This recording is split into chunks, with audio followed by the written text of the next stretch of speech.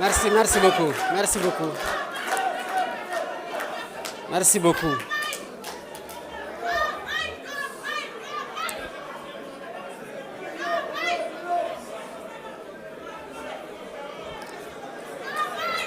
Assalamu alaikum wa rahmatullah.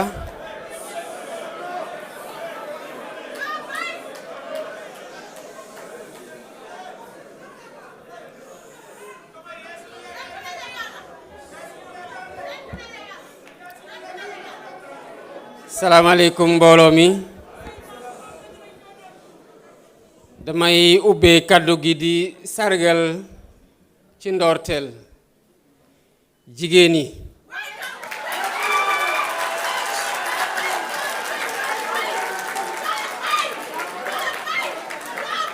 di leen sargal ci weer wi ñu dugg tey mu am semaine goo xam ne dañu leen ko jagleel du caage ne semaine googu ngeen yéen lool waaye yéena moom at bi yépp yéena moom at bi yépp yéena moom bëccëg yéena moom guddi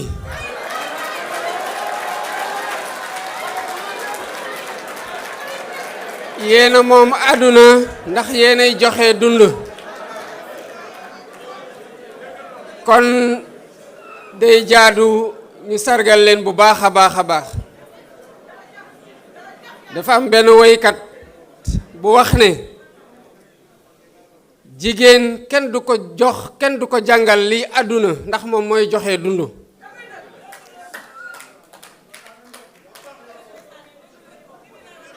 kon ci bésu 8 mars bii ñuy dugg suba hommage bi may rendre jigéen yi ci coalition bi prétexte la ci man pour ma rendre ko jigéenu Sénégal yépp ak jigéenu àdduna bi yépp waaye di taxaw ci lu ñu dajale fii tey mu doon liggéey gi nga xamante ne sant naa ko jigéen gu jàmbaare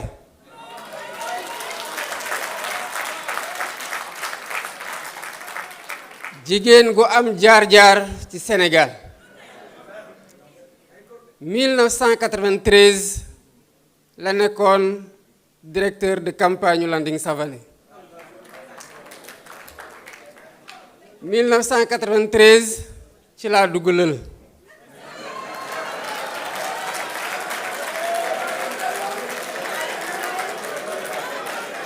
boo demee Njagañaaw ci village bu ñuy wax Njaanjaay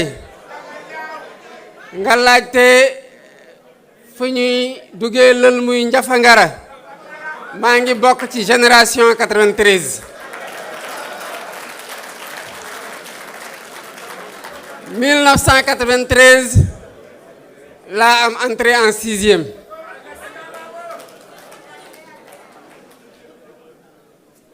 li tax may rappeler lii dinaa ci ñëwaat léegi ci kanam waaye il était important ma rendre un hommage appuyé au superviseur de la coalition Diomaye Président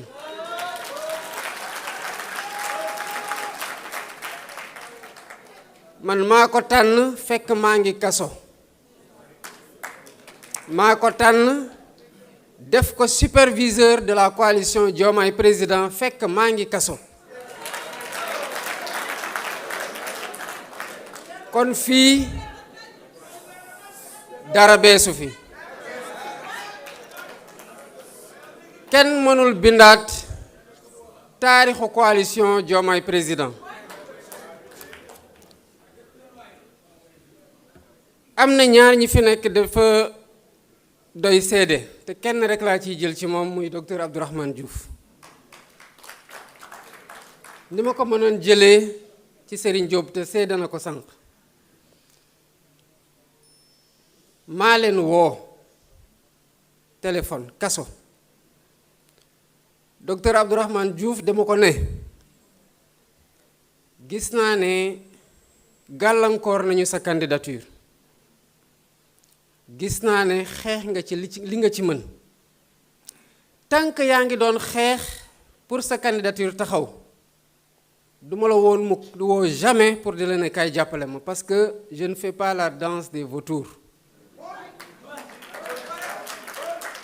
dama doon bàyyi ba xam sa xeex fu muy em fu mu nekk nii li nga bëggoon amuloo ko malgré mérité woon nga tey dem élection évaluer sa bopp mais donte léegi yàlla dogal na lu mu dogal mënatoo dem léegi am naa sañ-sañu ñëw ne la kay jàppale ñu. li ñuy njëkk a fàttali man ci parti politique laa bokk ni ñeneen ñi fi nekk ay leader bokkee ci parti politique man Pastef laa bokk.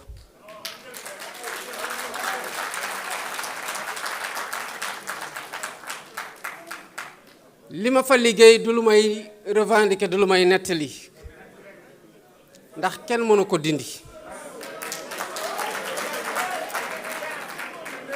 te tey laa gën a affirmer sama ancrage ci Pastef waaye la vérité aussi historique et juridique mooy le 31 juillet 2023 Pastef a été dissous. Pastef, à partir du 31 juillet 2023, Pastef amatul woon loolu aussi kenn mënu ko weddi ndax le décret bi ko dissoudre mu ngi fi ba tey c'était le décret 2023-1407 du 31 juillet 2023. Pastef mu ngi dekkiwaat le 27 mars 2024, 3 jours après mon élection. Sama prédécesseur moo jëlaat le décret d'abrogation du décret de dissolution teg ko sama loxo ma teg ko ci loxo njiital Pastef. kon pour ma demoon élection sous la bannière d'une coalition su ma yaakaaroon récépissé wu Pastef rek duma ci dem parce que Pastef amatul woon.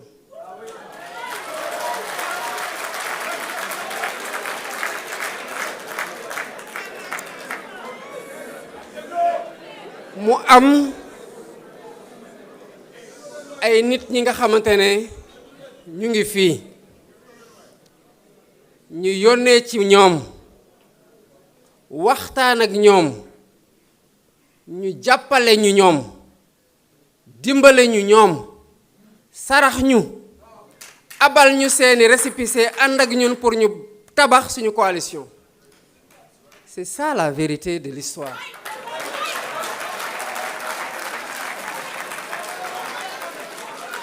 mu am une assemblée générale le 22 septembre 2023 assemblée générale boobu jël ay décision bu ci njëkk mooy tuddee coalition bi coalition Diomaye président bi ci jiitu mooy mu jël Abdoulaye Fall def ko responsable coalition bi bu ci tegu mu jël Amadou Ba def ko mandataire candidat bi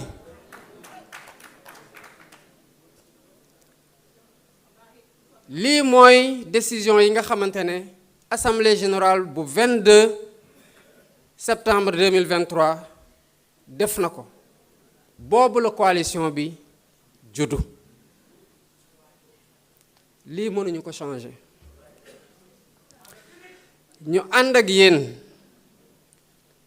ngeen nekk ci biti di nasi pexe di waxtaan ñenn ñi ma nekk kaso continuer di leen woo ñuy dugg ci coalition bi ñenn ñi samay àndandoo di samay nawle ci biir Pastef di dem di leen seeti di waxtaan ak ñoom pour ñu dugg ci coalition bi.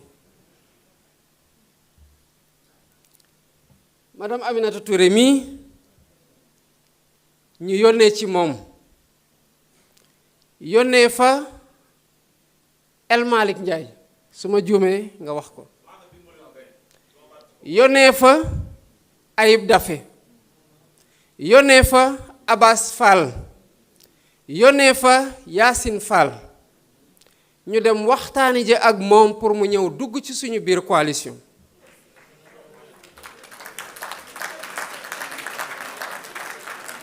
kon tey ku taxaw ne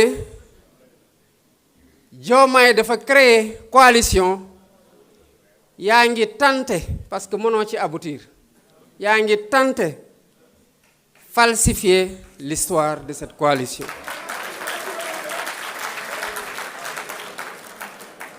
ñu génn prison le 14 mars 2024 à 10 jours des élections ma ñëw daje ak la coalition fekk am ngeen siège bâtir ngeen seen instance yépp ma daje ak yéen waxtaan ak yéen ci coalition bi ak ci li ñuy jublu ay seede ngi ci ñu jógee foofu ku ne delluwaat ci say mbokk delluwaat ci say àndandoo delluwaat ci say xarit delluwaat ci gor ñi muy sénégalais yi waxtaan yi ak ñoom wax ci lu baax ci ñun wax ci lu baax ci lu ñu yéene Sénégal ñu def le travail pendant 10 jours image yaa ngi fi ñi doon jël kàddu sama wet ñu ngi fi ñi doon karmat ak ñun ci koor gi ñu ngi fi ñu sillonné ak ñun tout le Sénégal ñi ma gis ak ñi ma gisul ñu ngi fi ba yàlla dogal lu mu dogal muy jël Sénégal teg ko suñu loxo. Le premier discours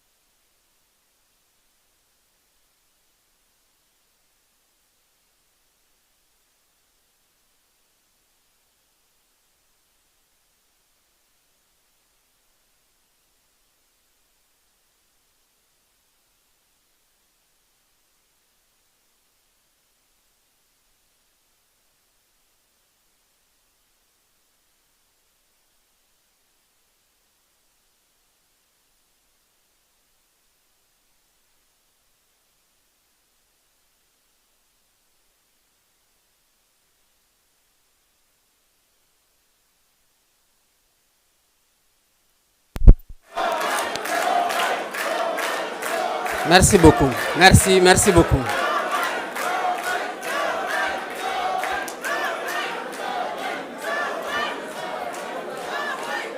Merci beaucoup.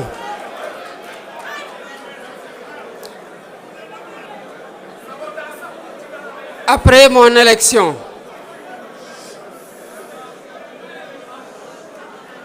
après sama élection, première wax bi ma wax maa ngi ko waxee King Fahd, non pas King Fahd, Radisson.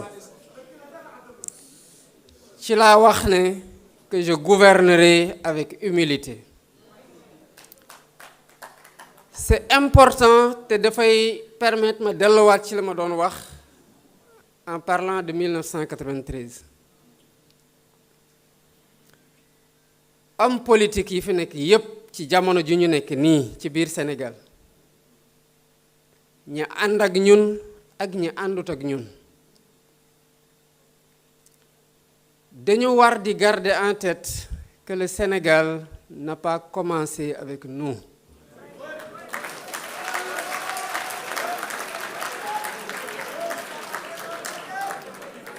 Gardez en tête que le Sénégal ne finira pas avec nous.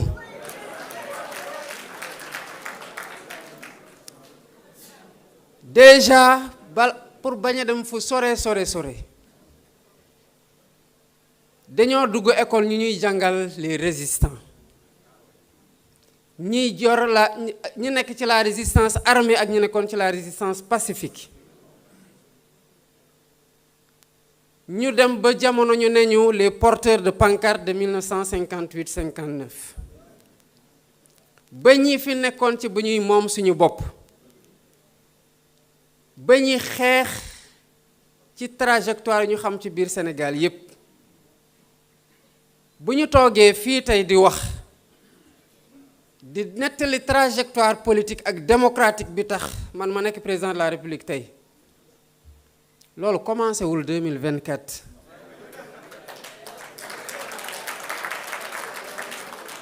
loolu moo tax ci sama discours prestation de serment ma wax joo xamante ne Cheikh Anta Diop moo ko doon wax dafa ne dafa am solo ñu xam ñi ñu jiitu lu ñu réussir ak lu ñu réussirul xam fu ñu jaar te ànd ceeg oyof ndax ñun ñu ngi nekk meññentefu ñoom lu ñu réussir ak lu ñu réussirul ci tubaab dafa ne il est important que nous comprenions les échecs et les succès de nos devanciers, les chemins humbles qu'ils ont poursuivis parce que nous sommes la résultante de tous leurs efforts. Suñu responsabilité ci loolu ci fu ñu fi nekkee en tant que génération de leaders quel que soit ku nekk say responsabilités au niveau étatique ou politique, c'est de transmettre le flambeau toujours en meilleur état.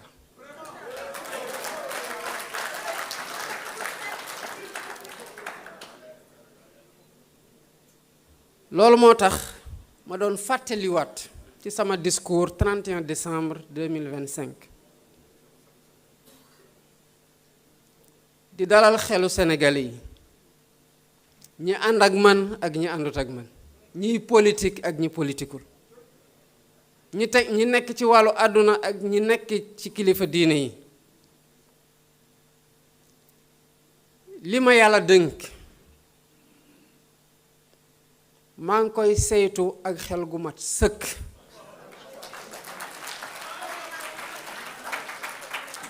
et j'entends continuer à gouverner avec cette humilité et cette lucidité.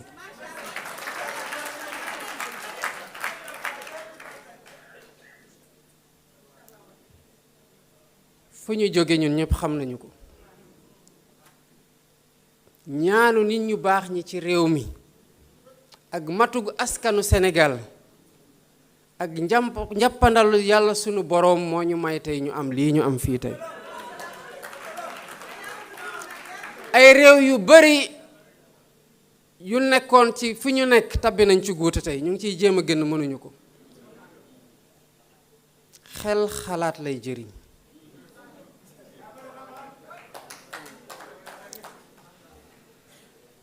dama jàpp ne li yàlla dogal ci man njàngat la war a nekk ci bépp doomu aadama ci fii Sénégal waaye rawatina ñu nekk ci biir politique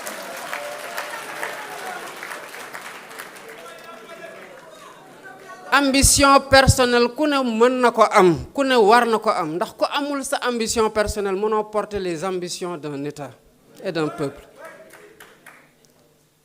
mais na utin gi rafet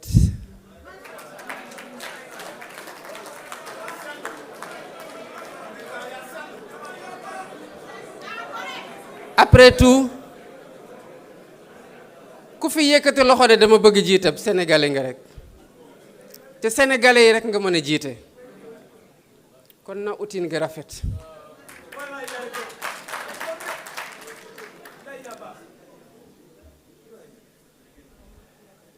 dinaa leen wax as tuut ci li tax ñuy doxalee ni ñuy doxalee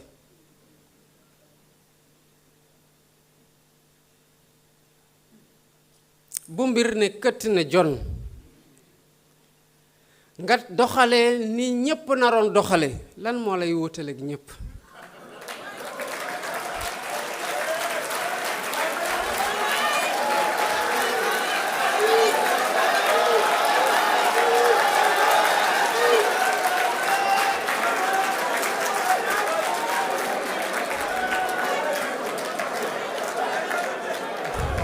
man xam naa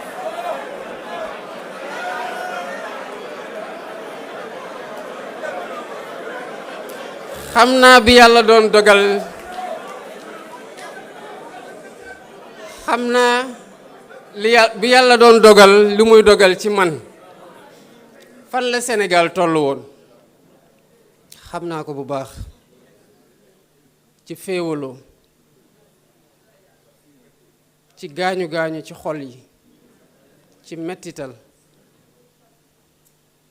waaye xam naa bu ñu egsee yaakaar gi sénégalais yi am ci ñun am ko ci man bu ñu ñëwee saytu gis na mbir ñi mel xam nañu jafe-jafe yi ñu fi fekk te xam nañ coono askan wi bu ñu doxalee diir xam nañu ne li ñu am yéene donte lu ñu def am na solo sori na lool ak li ñu yéene sénégalais yi ci jàmm kon jafe-jafe ngi fi ma jàpp ne li ñu war te waruñu ko mukk réere mbir mooy concentré wu ci essentiel bi mooy liggéey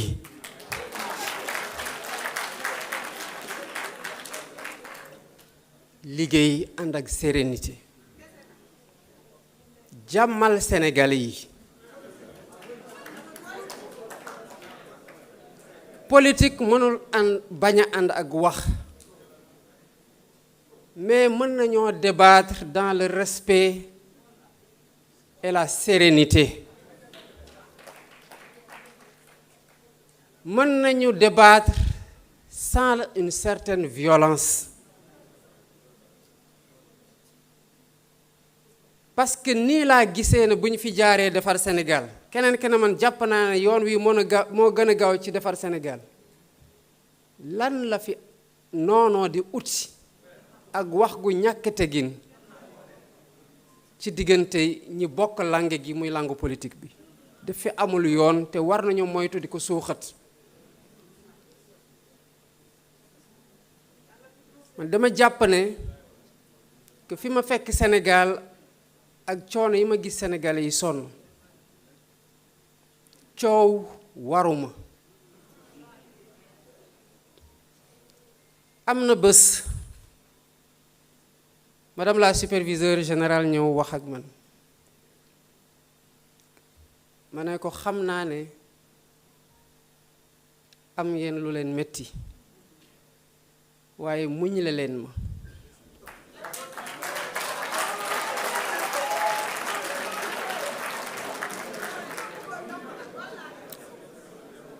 ma ne ko waaye muñ la leen ma njiit du yuuxu pour ñu dégg ko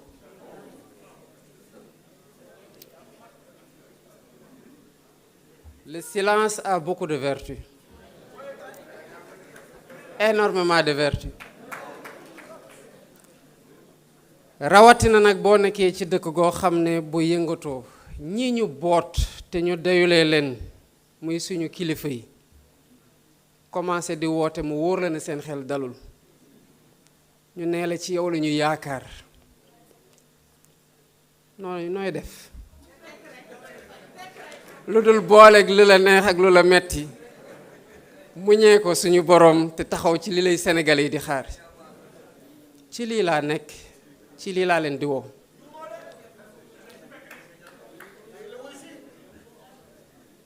bi may wax nañu jóg ci tabaxaat suñu coalition c'est parce que santé naa ko ñu toog diir motul la coalition n'a eu que 2 activités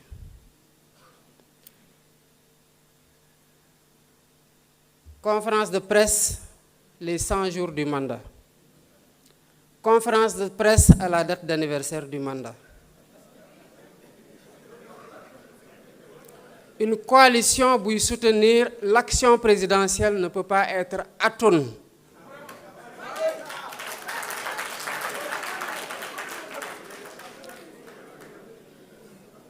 La coalition doit être présente. Moi, dans ma lettre aux alliés que vous êtes,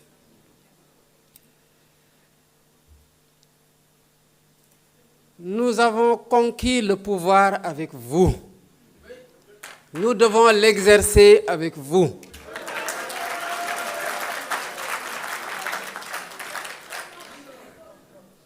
Loolu mooy gor. Mënoo dem ci ay nit ne leen dama bëgg dem ci élection waaye fokk ma am récépissé. Bu ñëpp bañoon doo présenté wu. Kon balaa ngay naam ne fa li tax nga nekk fa mooy abal nañu lu ay récépissé ba nga bokk. Après li ci apport ku ne mën na wuute waaye c'est la somme de ces apports moo ñu jox les 54,28% qui nous ont élus. Donc ce pouvoir bu ñu yàlla dénk nous l'exercerons avec vous. Jouez leen ci seen partition ba mu mat sëkk. Wax nag président def na lii lu baax. Gouvernement bi def na lii lu baax. Teg na jéego yii. Fanqal nañu lii doon lor askan wi. Mu ngi mooñ lii lu nar a baax la ci askan wi. Mën ngeen ko wax ñu dégg leen te du leen ci xastante te du leen ci saagante.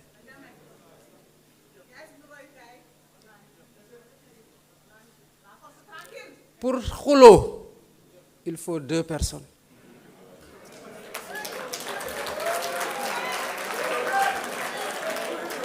Bu kenn dee wax loolu wolof xuntu la koy wax.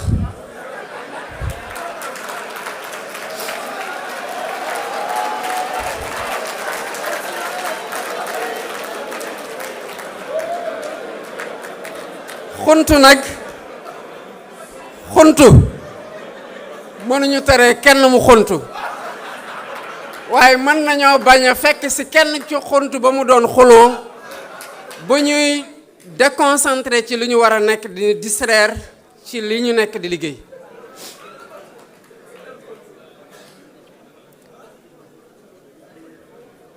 Dans cette perspective, l'action de tous ceux qui défendent le gouvernement et le président de la République, quel que soit ci anam yu ñu koy defee, elle est complémentaire. Elle est complémentaire. Benn adversaire ngeen am, c'est l'opposition. Mais même opposition boobu, elle doit avoir dans une démocratie voix au chapitre. Opposition dañ koy respecter parce que c'est les futurs gouvernants. Nous avons été dans l'opposition. Il ne faudrait pas qu'au pouvoir ñu commencer yaakaar que nous embrassons une certaine forme d'éternité bu tax ñu fàtti ne dañoo war a waajale suñu bopp ëllëg bu yàlla dogalee ñu delluwaat foofu ñu bañ a nekk di xeex loo xamante ne mënoon nañ ko jëmal ci biir Sénégal. Il faut être sincère dans l'engagement.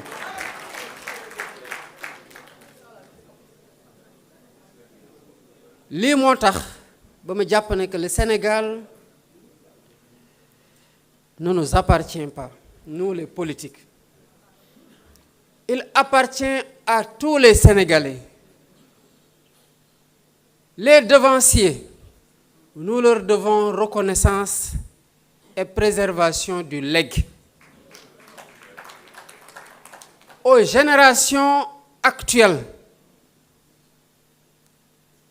nous leur devons protection ci seeni droit seeni àq ak seeni yelleef pour ñu mën a am la respiration démocratique bu nekk seen idéal bi tax ñuy xeex bu tax ñuy engagé wu. Aux générations qui viennent, nous devons leur préparer un environnement politique, social et économique serein.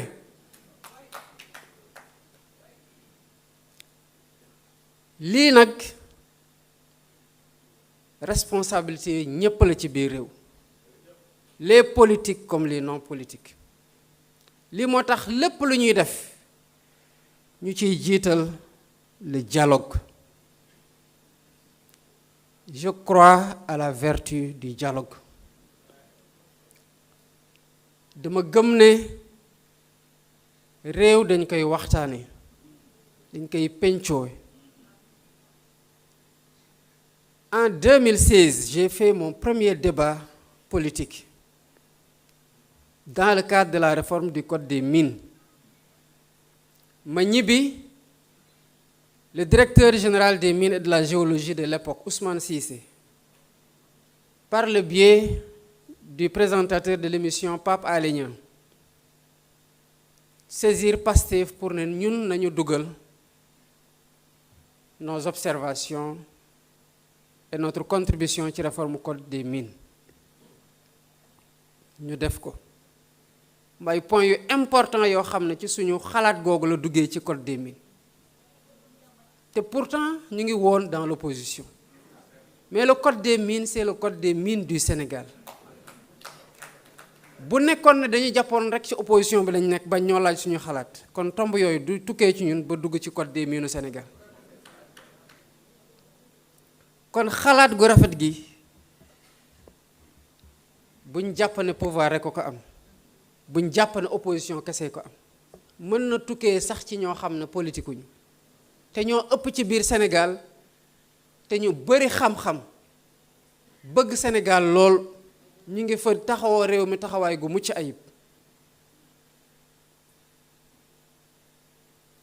Nous avons dialogué, nous allons continuer à dialoguer avec tous les acteurs. La coalition li ma leen santoon ci terme de référence yi, c'est qu'elle doit être ouverte, elle doit être efficiente, elle doit être opérationnelle et pleinement au service de la vulgarisation de l'action du gouvernement.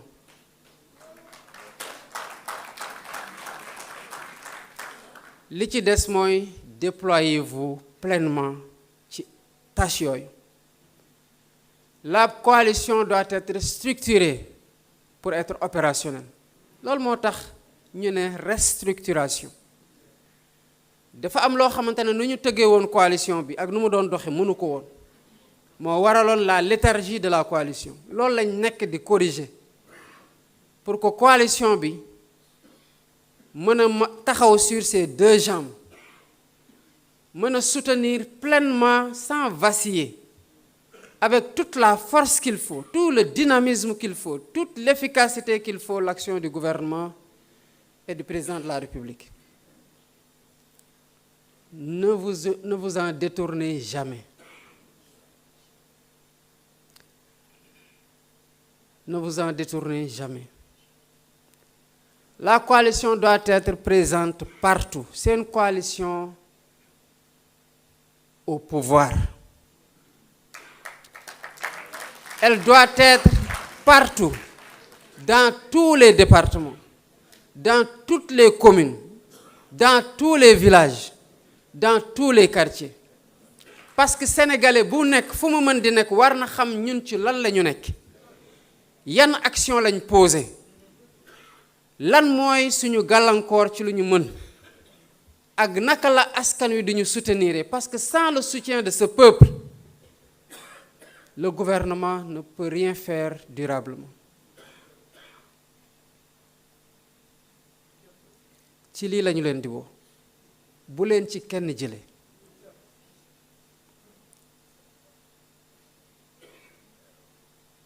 Kon ce moment, pour man, c'est un moment particulièrement important. Parce que amna lima jotone dégg way duma ci ñëw parce que c'est pas le plus important. Le plus important mooy ce que nous sommes en train de faire aujourd'hui et vers quoi nous nous projetons. Lu nekk dafa am appam. App gu ñu tollu mooy app liggéey. App nekk à l'écoute des préoccupations des Sénégalais. App mobiliser suñu énergie yépp collectivement pour porter cette aspiration légitime du peuple sénégalais. Loolu mooy l'essentiel. D'autres choses sont importantes et elles sont en train d'être déroulées mais encore une fois de plus dans la sérénité. Parce que la gouvernance que nous portons est une gouvernance de sérénité. Rien, absolument rien, ne peut nous ébranler.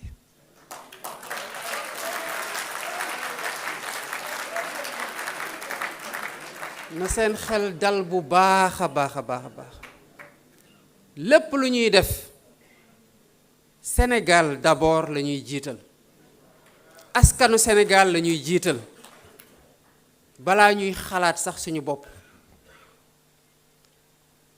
Suñu baromètre c'est toujours est-ce que lii la Sénégalais yi di xaar ci ñun est-ce que lii moo war a nekk lu mobiliser suñu énergie est-ce que lii moo war a nekk lu ñu nekk di jëfee ak lu ñu war a nekk di waxtaane.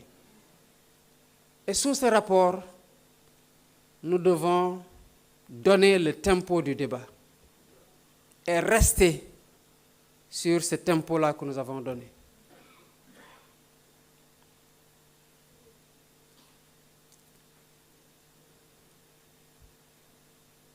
Au-delà de la réaffirmation de ces principes directeurs, de ces orientations que je donne ici aujourd'hui, ce moment était pour moi un moment de reconnaissance.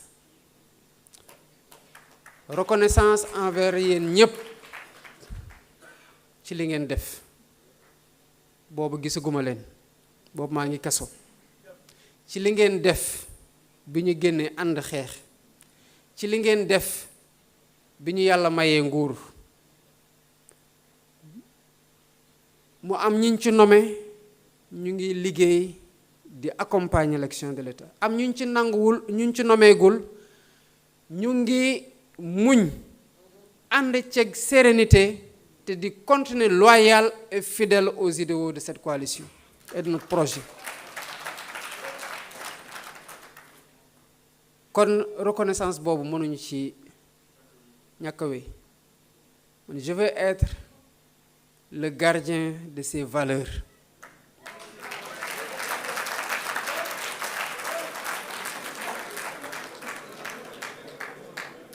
Cette coalition, je ne la trahirai jamais.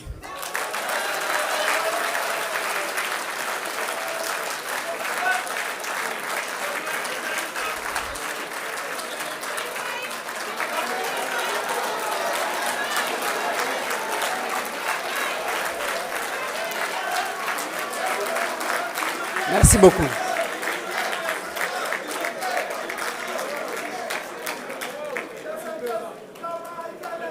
Donc,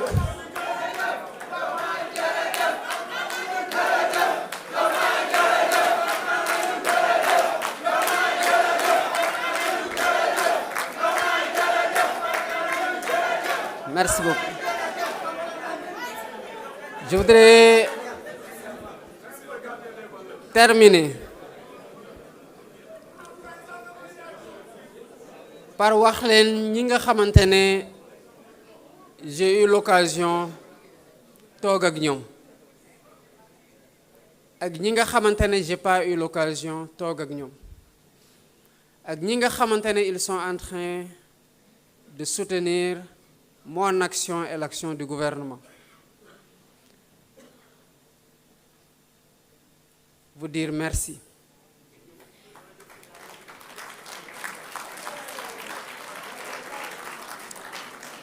Merci pour votre engagement d'abord pour le Sénégal. Votre engagement au service du peuple sénégalais. Et merci de nous avoir portés au pouvoir.